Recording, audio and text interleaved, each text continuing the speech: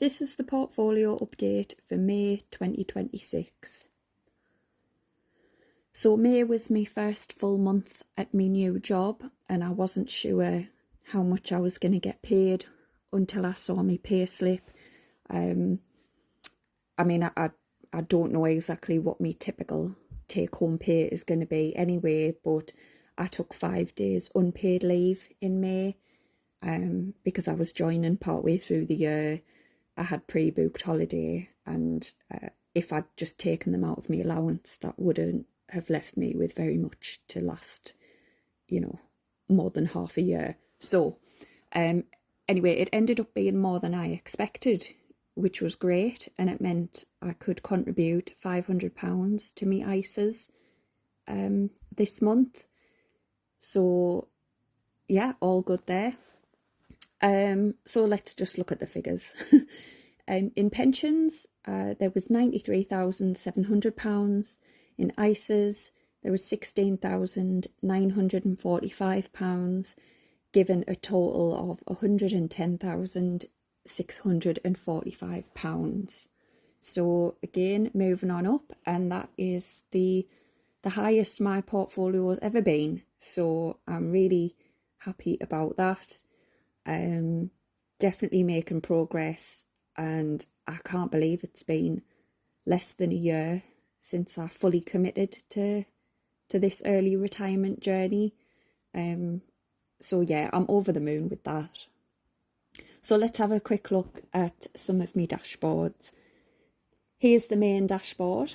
My backup fund hasn't changed from last month, and I realised that was an error from April because that figure's pulled from a different sheet than the investment portfolio. So what you saw in April was actually incorrect. This is the current amount that I have in backup, which is 6 months worth. You can see the portfolio amount is updated to the 110,000. Retirement cash, as I mentioned last month, is my ISA pot, so my bridge fund. I might rename that soon. According to the countdown, we have 2,314 days left and 75 months. So that's exciting.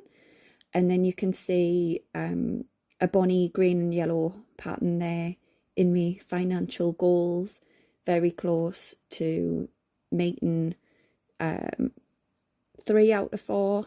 The ISA one, not quite as close, but still, what is it? 68%. I can't even see. 68% of the way there. That's pretty good. Nearly 3/4 of the way. Next dashboard is the expenses. Again, we've got the countdown, which I love to see, and you can see on the left there, years of expenses saved. I've got just over 1 year of expenses saved. So I like to think of that as, 1 year of freedom, just over 1 year of freedom. And when you frame it that way, it just, I don't know, it just sounds so much more positive, and I love it. So as for the expenses, I've now passed, I think I'd already passed it in April, but I've further surpassed expenses times 6. And as I mentioned last month, the expenses amount is actually more than my actual expenses that I pay for currently. So to me, that's even more encouraging. So 110% of the way past expenses times 6, very close to having 7 times expenses. And this is in the portfolio section, so that's pensions and ISAs as a whole, which for the purposes of early retirement doesn't really matter because it's the ISAs that matter for that. But it's still a good metric to track, I think. And again, it's just really motivating. The one underneath is ISA only, and you can see there it affirms that I've got over 1 year of expenses in my ISAs, which is great. And 50% of the way to having 2 years by the looks of it. Yeah, and as I said last time, I will update these as I surpass each benchmark. And dividends, that again, that is the same figure that I showed in April's video, so apologies for that. That again comes from a different sheet, so I forgot to update that, because I actually took the screenshots this month in May for April. I explained in a previous video that I just wasn't in the right headspace to create videos in March and April, so I've done both of them today, sort of like, what's the word, retrospectively, that's the word. So yeah, apologies. Last month's video has that same amount. Obviously it wasn't as much last month. Anyway, £19.60 average dividend amounts per month, which means I could pay my mobile bill twice if I wanted to. All good. Next, I have two dashboards that are almost identical, and these are probably my favourite. They're what I call my freedom dashboards. I'm neurodivergent and very visual, and I'm very much out of sight, out of mind, and I wanted something really tangible.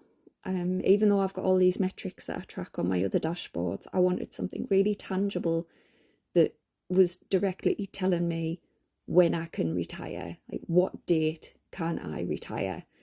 And so with the help of Copilot, I came up with this dashboard here, and you can see right in the middle there, when can I retire? As of the 31st of May 2026, I can retire on the 30th of September 2038. And my goal, my early retirement goal, is 30th of September 2032. So of course, that is later. I can't retire early according to this and according to me portfolio, which I know, and that's why I'm working to build it, to build the ISA fund, to bridge those years between the date I want to retire early and the date I can access my pensions. But currently, according to this, the amount of money I have in my investment ISAs means I can retire on the 30th of September 2038. Now, this dashboard, the figures used to make these calculations, again, isn't me actual expenses.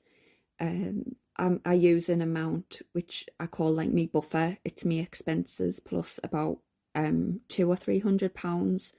So that's again, it's just encouraging. So on the left, you can see I've got my Dream 2032 countdown, which is the same countdown on my other dashboards. The months of expenses saved, the years of expenses saved. In the middle, I've got the next milestone and the amount I need to achieve that milestone. The number is months, the number of months milestone. So currently I have 12 months expenses saved, and to get to 13 months, I need an extra £1,254 in my ISAs. And then underneath it tells us what I actually have. On the right is what I call me affordable freedom countdown. So that is the countdown to 30th of September 2038, the date that I can actually retire based on my current portfolio.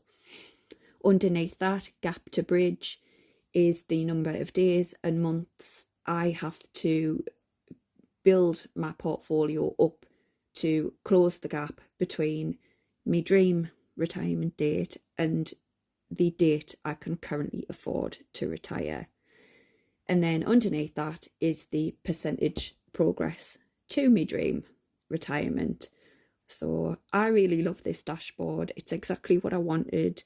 tangible stuff that I can see where I'm at.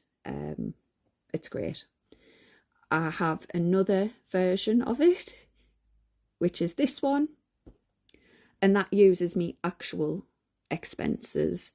So it's all the same data points, just using me actual monthly expenses as of today. And if you compare them, you can see the difference is 3 months. So using the buffer expense amount, I could retire 30th of September 28th. Based on me actual expenses, I can retire the 30th of June 2038.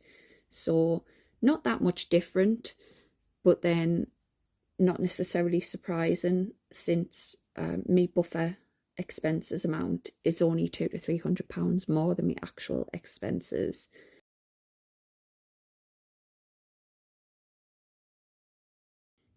There you go. I'm sorry for the waffle. Just trying to explain these new dashboards for the first time, and I haven't written a script, so it's all off the cuff. But from now on, I should be able to whiz through them quite quickly, and I might even try putting these in YouTube short formats, but I'll see. I'm just trying to optimize my time, as I mentioned in the previous videos, working more hours and having other projects and other life things to do. I'm a bit pushed for time now, and I can't spend as much time creating these videos with all the imagery I like to do. So I've got to be more efficient and just get it done. I don't have to do them, but I like to do them, and it's a record for me that I can look back on and be proud of the work I've done and how far I've come. So yeah, hopefully next time it'll be quicker and a bit more efficient and less waffly. So that's it for May's update. Thanks for watching.